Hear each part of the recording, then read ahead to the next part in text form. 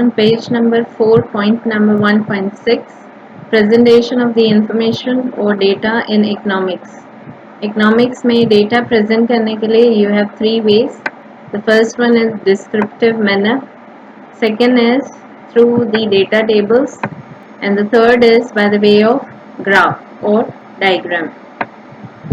The descriptive way of presenting the data is कि अगर आपको डिस्क्रिप्शन देना है कि relation between price of the commodity and demand जो है, तो अगर आप रिलेशनशिप डिस्क्राइब करना चाहते हैं तो आप वर्ड्स में बोलेंगे when price of the commodity fall it's demand expands and vice versa.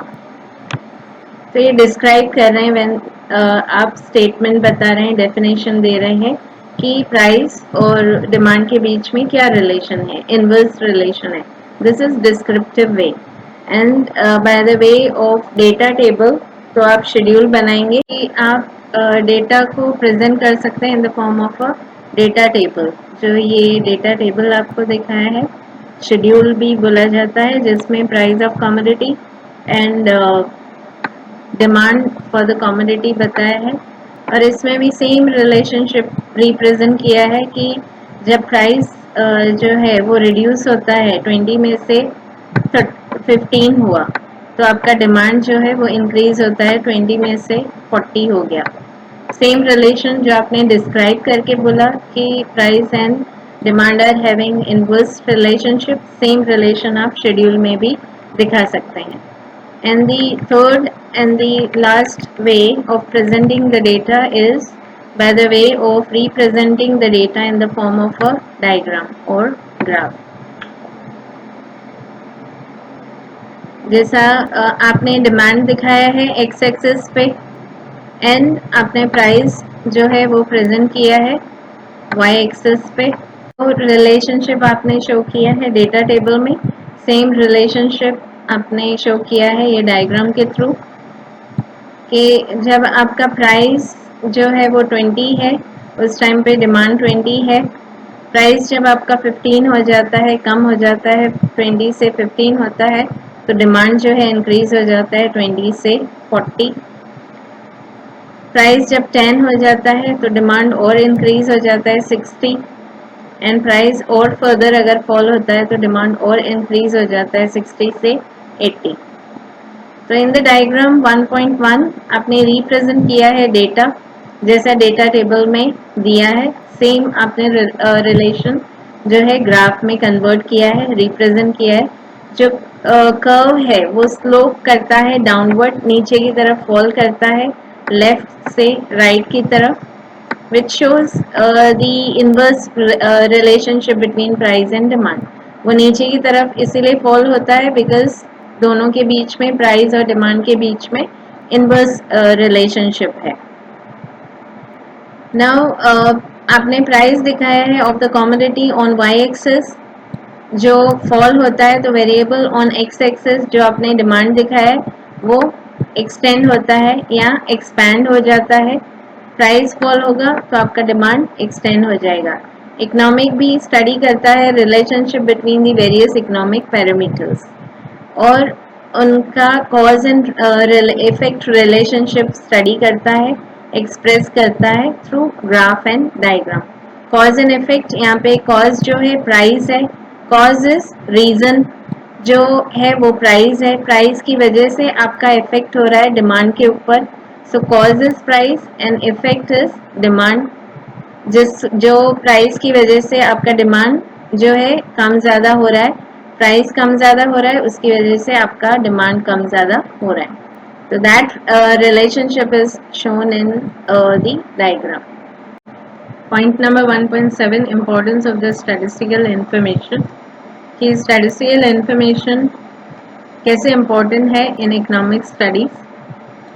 First point is statistical information will support और कंफर्म अ प्रिंसिपल. जो भी फिलोसफी है, फिलोसफी ऑफ इकोनॉमिक्स है, जो ऑब्जर्व करता है ह्यूमन बिहेवियर को कि ह्यूमन बीइंग्स कैसा बिहेव करते हैं इन द डिफरेंट सिचुएशन, और जो साइंटिफिक टूल्स हैं, कॉज एंड इफेक्ट रिलेशनशिप बताया गया है इकोनॉमिक्स में, उसको वो cause and effect and human behaviour जो है that help to establish the principle, economics के प्रिंसिपल को, थियोरी को वो एस्टैब्लिश करते हैं। और वो थियोरीज को वैलिडेट करने के लिए कि वो थियोरीज जो इकोनॉमिक्स आपको दे रहा है वो थियोरी सही है in real life at different times and place, अलग अलग टाइम पे वो कैसा सही है और अलग अलग प्लेसेस पे वो कैसे सही थियोरी जो है या प्रिंसिपल्स जो है वो करेक्ट प्रूव होते हैं इन रियल लाइफ। तो उसके लिए आपको स्टैटिस्टिकल डेटा इंफॉर्मेशन ज़रूरी हो जाता है। Such information is collected and presented in the quantitative terms. उसको quantitative terms में present किया जाता है with the help of statistical tools. जैसे कि डेटा टेबल है, data table is also statistical tool जिसमें क्वांटिटेटिव टर्म्स में आप डेटा प्रेजेंट करते हो, प्राइस एंड डिमांड जो आप रिलेशनशिप दिखाते हो through data table. For example statistical data on rainfall, अगर डेटा आपने लिया है रेनफॉल एंड एग्रीकल्चर प्रोडक्शन के बीच में in the particular region at a particular time, तो वो आपको कॉज एंड इफेक्ट रिलेशनशिप समझाता है कि रेनफॉल और एग्रीकल्चर के बीच में, एग्रीकल्चर प्रोडक्शन के बीच में एक ऐसा कॉज एंड इफेक्ट रिलेशनशिप है।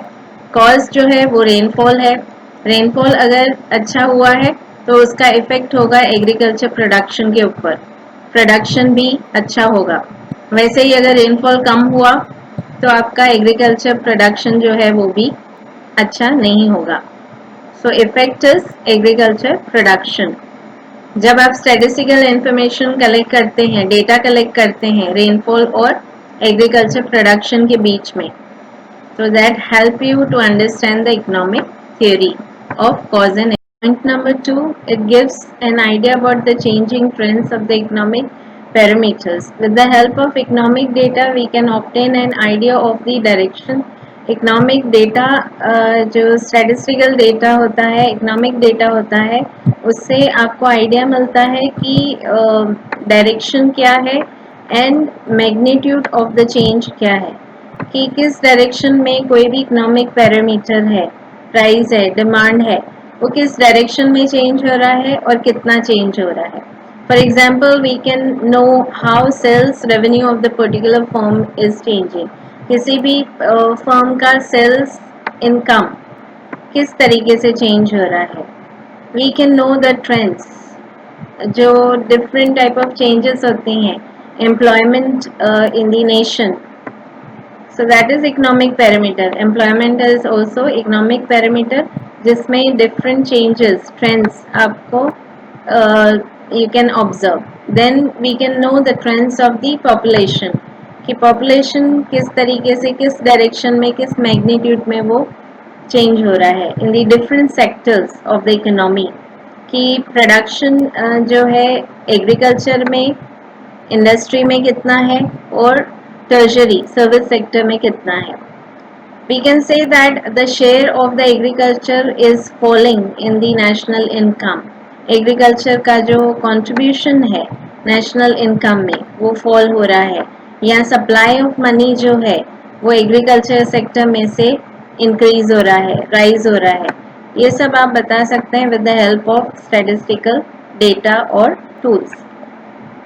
Such data help the individual unit to make the appropriate decision. और ये जो statistical data होता है उसको आप represent करते हैं ग्राफ के थ्रू भी, उसको describe भी कर सकते हैं, and on the basis of this statistical data और information आप सही decision ले सकते हैं अपने benefit के लिए। It also helps the government to make the appropriate economic policies. अपनी policies economic planning करने के लिए government को वो statistical data useful होता है। Number 3, to make the comparative study easy. Comparison भी कर सकते हो दो economic parameters के बीच में। If the appropriate statistical data are obtained, अगर आपके पास statistical data है, information है, तो उसके बेस पे आप कंपेरिजन कर सकते हैं between the two parameters of economics over the different time period. अलग अलग टाइम पीरियड के बीच में एक ही पैरामीटर का कंपैरिजन भी हो सकता है, या अक्रॉस द रीजन एक ही पैरामीटर का डिफरेंट रीजन्स में कंपैरिजन हो सकता है, या पर्टिकुलर पैरामीटर का डिफरेंट नेशन के साथ भी कंपैरिजन हो सकता है। For example we can compare the growth rate of India's national income.